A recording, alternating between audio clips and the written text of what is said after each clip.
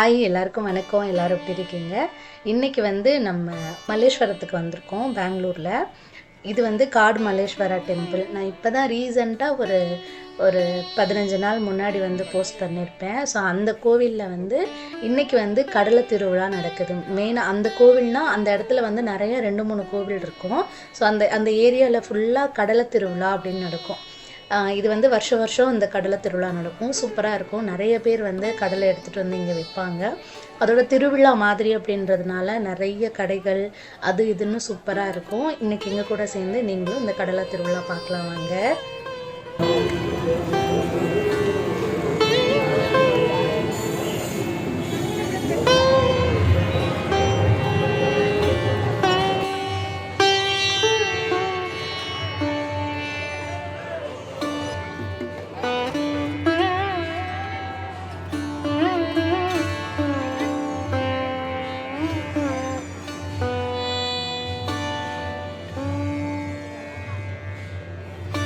இந்த கடலை திருவிழா மொத்தம் 3 இடத்துல நடக்கும்னு நினைக்கிறேன். அதில் ஒன்று வந்து மல்லேஸ்வரம், இன்னொன்று பசவன்குடி, இன்னொன்று ஏதோ பேர் சொன்னாங்க, நான் என்னென்னு மறந்துட்டேன். அதில் நம்ம மல்லேஸ்வரம் தான் நமக்கு கிட்ட அப்படிங்கிறதுனால இங்கே வர்றது. ஸோ ஒவ்வொரு திருவிழாவுமே வந்து ஒவ்வொரு டேட்டில் தான் வைப்பாங்க. இங்கே முடிச்சுட்டு அதுக்கு பிறகு அந்த பசவன்குடியில் வச்சுருந்தாங்க. இது வந்து ஒரு 4 days நடந்துச்சுன்னு நினைக்கிறேன். நம்ம வந்து லாஸ்ட் டேக்கு முதல் நாள் தான் போயிருந்தோம். இங்கே போகும்போதே வந்து நான் ஏற்கனவே வந்து அந்த காடு மல்லேஸ்வரா டெம்பிளில் முருகன் கோவில் வந்து உங்களுக்கு காமிச்சிருந்தேன். ஸோ அதோட இந்த பக்கம் உள்ள என்ட்ரன்ஸ் வந்து இப்படி தான் இருக்கும். நம்ம அன்னைக்கு பார்த்ததுக்கும் இன்றைக்கி பார்க்குறதுக்குமே நிறைய டிஃப்ரென்ஸ் இருக்குது. கோவில் அவ்வளோ அழகாக டெக்கரேஷன் எல்லாமே பண்ணி வச்சுருந்தாங்க. இங்கேருந்து போகும்போதே பார்த்தோன்னா நிறைய ஐட்டம்ஸ் வந்து சேல்ஸ் பண்ணிகிட்டு இருந்தாங்க. பசங்களுக்கு மெயினாக விளையாட்டு ஜாமான் அது இதுன்னு நிறைய இருந்துச்சு. அப்புறம் போகும்போதே வந்து உள்ளே வந்து கச்சேரி நடந்துகிட்டு இருந்துச்சு. நான் வந்து அந்த விலாகில் வந்து சொல்லியிருந்தேன்ல, இந்த இடத்துல வந்து கச்சேரி நடக்கும் அப்படின்னு. ஸோ அதுக்குள்ளே வந்து கச்சேரியெல்லாம் நடந்துகிட்டு இருந்தது. அதோட ரொம்ப கூட்டம் வேறு. அதனால நம்ம எப்படியே போகலான்னு சொல்லிட்டு நாங்கள் வந்து இப்படியே வந்துட்டோம்.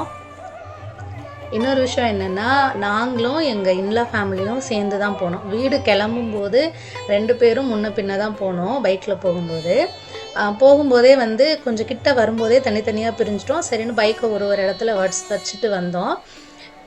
நாங்கள் எங்கே இருக்கோம், அவங்க எங்கே இருக்கோங்கிறத கண்டுபிடிக்க முடியாமல் போயிடுச்சு எங்களுக்கு.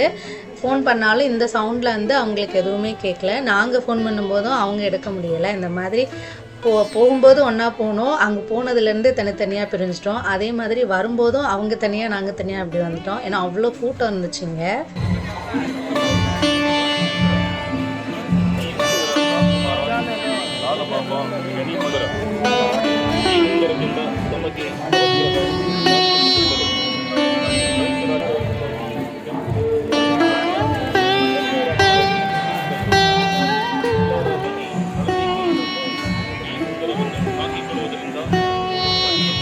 நிறையா கிளிப்ஸு, ஹேர் பேண்ட்ஸு, பேகு இது எல்லாமே வந்து நிறையா விற்றுட்டு இருந்தாங்க.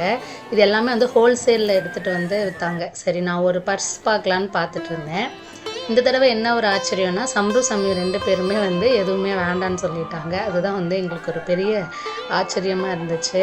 இங்கே வந்து பார்த்திங்கன்னா தெரியும், இங்கே இருந்தே வந்து கடலை எல்லாம் போட்டு விற்கிறதுக்கு ஆரம்பிச்சிட்டாங்க. நிறையா வந்து அவிச்சும் விற்றாங்க, நம்ம அங்கேயே வாங்கி சாப்பிட்ற மாதிரி. அப்புறம் வறுத்தும் விற்றுட்டு இருந்தாங்க, அங்கே இருந்து நம்ம சாப்பிட்ற மாதிரி. இந்த கோபுரம் ஞாபகம் இருக்குதா, நம்ம இதுக்கு முன்னாடியே வந்து காமிச்சிருந்தேன். இதில் சிவன் கோவிலோட மெயின் என்ட்ரன்ஸ். அதுக்கப்புறம் இங்கே நிறைய இந்த பாத்திர பண்டம்லாம் விற்றுட்டு இருந்தாங்க. 100 ரூபாய்க்கு 2, அப்புறம் 100 ரூபா அப்படின்னு. அதுக்கப்புறம் பொரி, ஸ்வீட்ஸு இது எல்லாமே வந்து விற்றுட்டு இருந்தாங்க. இங்கே மெயினாக வந்து இந்த பானிபூரி, மசாலா பூரி அந்த மாதிரி உள்ளது. நிறைய ஸ்நாக்ஸு. அப்புறம் கடலை வந்து எப்படி விற்றாங்கன்னா, சின்ன உலக்க மாதிரி வச்சுருந்தாங்க. இங்கே வந்து ஷேருன்னு சொல்லுவாங்க. அதில் 3 ஷேரு வந்து 100 ரூபா, 4 ஷேரு 100 ரூபா அப்படின்னு சொல்லிட்டு சேல்ஸ் பண்ணிகிட்டு இருந்தாங்க.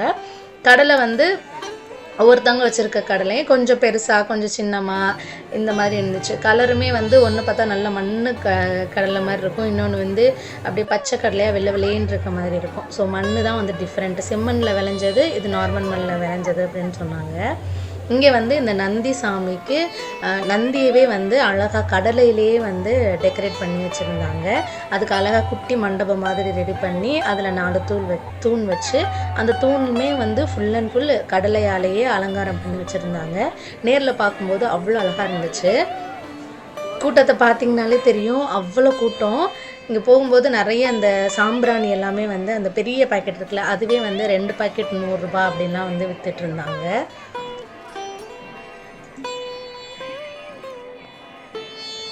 இந்த கடலை திருவிழாவுக்கு வந்து ஒரு ரீசன் இருக்குது. முன்னாடி வந்து கடலை அறுவடை பண்ணுற டைமில் வந்து பௌர்ணமி டைமில் வந்து கடலை அறுவடை பண்ணாங்களா. அந்த டைமில் என்னாச்சுன்னா ஒரு காளமாடு போயிட்டு அந்த கடலை எல்லாமே வந்து நாசம் பண்ணிடுச்சான்.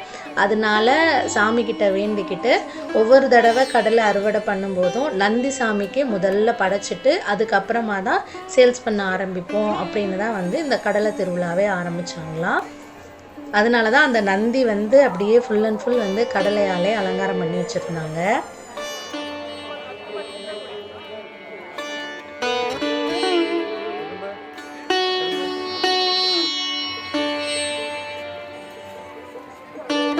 இந்த கடலையில் அலங்காரம் பண்ணியிருக்க நந்தி வந்து பார்த்து நின்றுட்டு இருந்தோம். அந்த இடத்துக்கிட்டே வந்து நானும் சம்மியும் ஒரு பக்கம் போயிட்டோம், சம்ருத்தும் அவங்க அப்பாவும் ஒரு பக்கம் போயிட்டாங்க.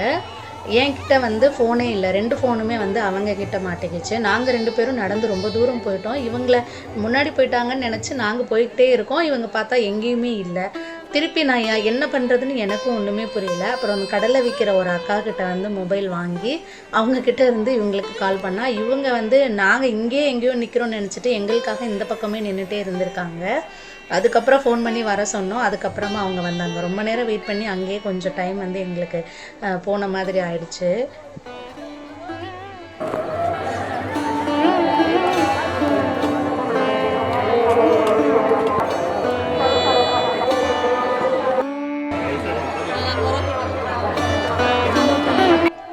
ரோவாக வந்து பிரித்து வச்சுருந்தாங்க. நடுவில் ஃபுல்லாக கடலை வந்து விற்றுட்டு இருந்தாங்க. இந்த பக்கமும் அந்த பக்கமும் மற்ற வியாபாரிகள் சேல்ஸ் பண்ணுறவங்கெல்லாம் வந்து விற்றுட்டு இருந்தாங்க.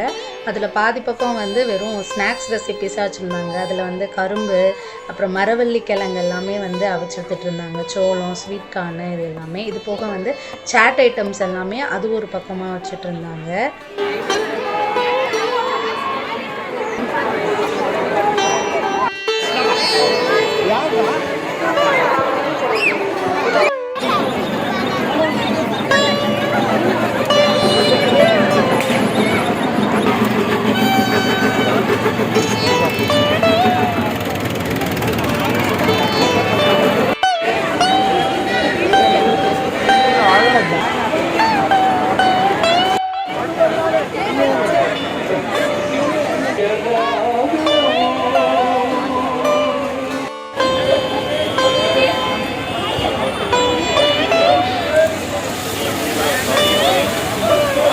இந்த பசங்களுக்கு வீட்டில் இருக்கும்போதெல்லாம் அவ்வளோவா வந்து பசியே இருக்காது.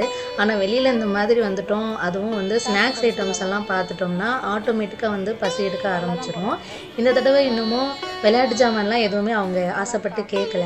நாங்கள் அதை நினச்சி பெருமை நினச்சிக்கிட்டோம், பரவாயில்ல அப்படின்னு. அப்புறம் கிட்ட போகும்போது சம்ருத் வந்து ஆட்டோமேட்டிக்காக அந்த ஸ்ப்ரிங் பொட்டேட்டோ இருக்குல்ல, அது வேணும்னு வந்து கேட்டான். சரி, விளையாட்டு ஜாமான்லாம் எதுவும் வேணான்னு சொல்லிட்டானே, இது வாங்கி கொடுக்கலாம் அப்படின்னு வாங்கி கொடுத்தேன். ஸோ இதை விட அந்த பக்கம் போய் பார்த்தோம்னா அந்த பக்கம் தான் நிறைய சாட் ஐட்டம்ஸ் எல்லாமே இருந்துச்சு.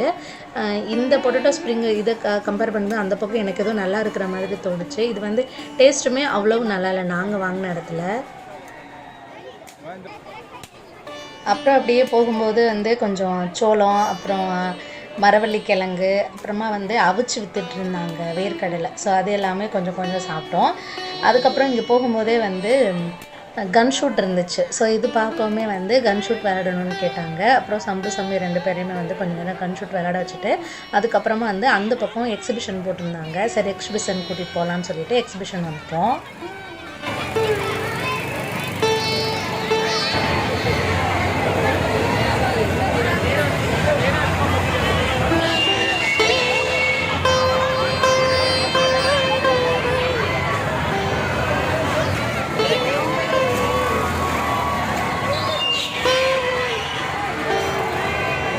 எக்ஸிபிஷனுக்கு உள்ளே வரவுமே ஃபஸ்ட்டு வந்து கொலம்பஸ் தான் இருந்துச்சு. இங்கேயே வந்து சொல்லிட்டாங்க கொலம்பஸ் போகணுன்ட்டு. பட் அந்த கொலம்பஸில் வந்து அடிக்கடி போயிருக்கிறாங்க, அதனால இந்த தடவை அது வேண்டாம் அப்படின்னு சொல்லிட்டாங்க. அதுக்கப்புறம் அங்கே பெரிய ராட்டினம் இருந்துச்சு, ஜெயின்ட் வீல் போகலான்னு சொல்லிட்டு அங்கே தான் நம்ம வந்து பிளான் பண்ணியிருந்தோம். அதுக்கப்புறம் நிறைய குட்டீஸ் சின்ன பசங்க உட்காந்து போகிற மாதிரி அவங்களுக்கு எல்லாமே நிறையா இருந்துச்சு விளையாடுறதுக்கு. அப்புறம் மித்தது எல்லாமே வந்து ஏற்கனவே போயிருக்கோம். சம்ருத் சம்மி வந்து இந்த ராட்டினம் பெரிய ராட்டினத்தில் அவங்களுக்கு கூட்டிகிட்டு போனதில்லை, அதனால் ஹஸ்பண்ட் சொன்னாங்க இந்த ஜெயின்ட் வீல்லே போகலாம் அப்படின்னு சொல்லிட்டு.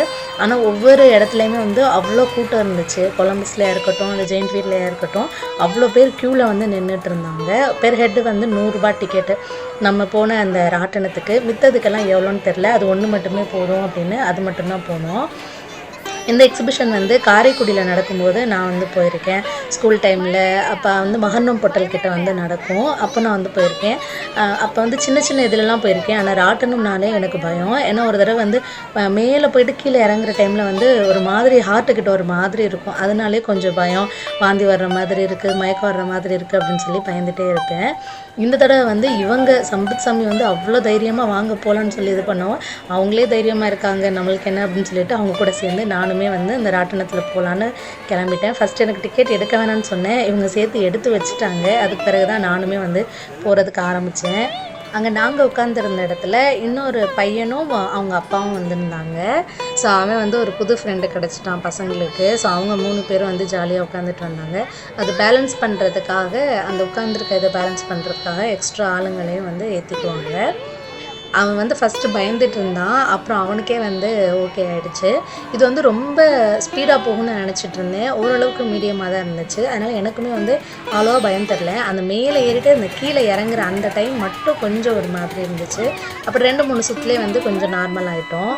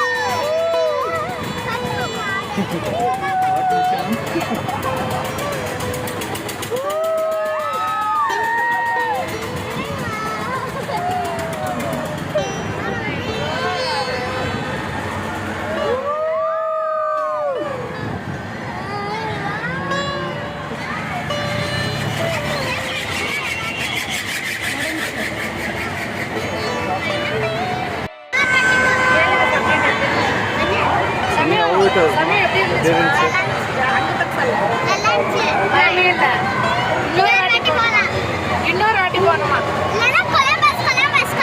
போதும் போதும், டைம் ஆச்சு. கொலம்பஸ்லாம் நம்ம ஏற்கனவே இதிலே போயாச்சு.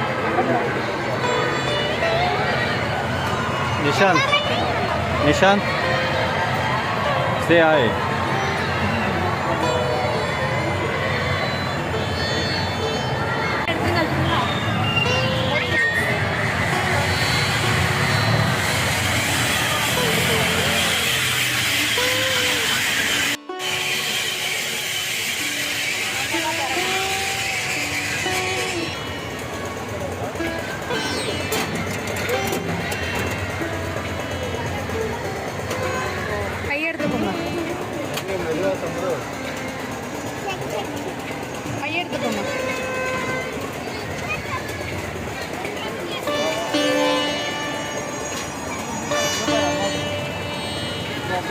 ஜெயிண்ட் வீலில் நல்லா விளாண்டுட்டு பசங்க வந்து இன்னொரு ரவுண்ட் போகலாம் நாங்கள் இதே போதும் அப்படின்னு சொல்லிட்டோம். இல்லைன்னா கொலம்பஸ் கூட்டிகிட்டு போங்க அப்படின்னாங்க.